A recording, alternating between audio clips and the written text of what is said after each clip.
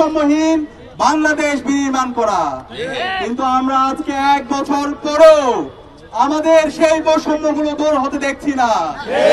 যে অন্তর্বর্তীকালীন সরকার শহীদদের রক্তের উপর বসে গঠিত হয়েছে, সেই অন্তর্বর্তীকালীন সরকার জুলুম, নির্যাতন, নিষ্পেষণ, বৈষম্য দূর করার জন্য যেভাবে উদ্যোগ গ্রহণ করা দরকার, সেই উদ্যোগগুলো আমরা দেখতে পাচ্ছি না।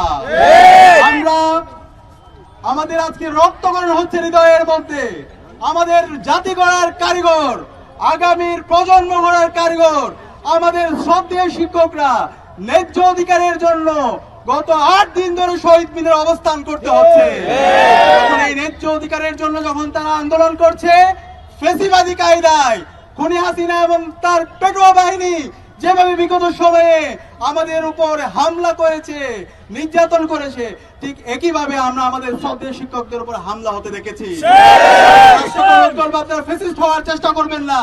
শহীদ আবু সাইদ, শহীদ ওয়াসিম, শহীদ শান্ত, শহীদ আলী রায়হানের উত্তরসূরিরা ঘুমিয়ে যায়নি।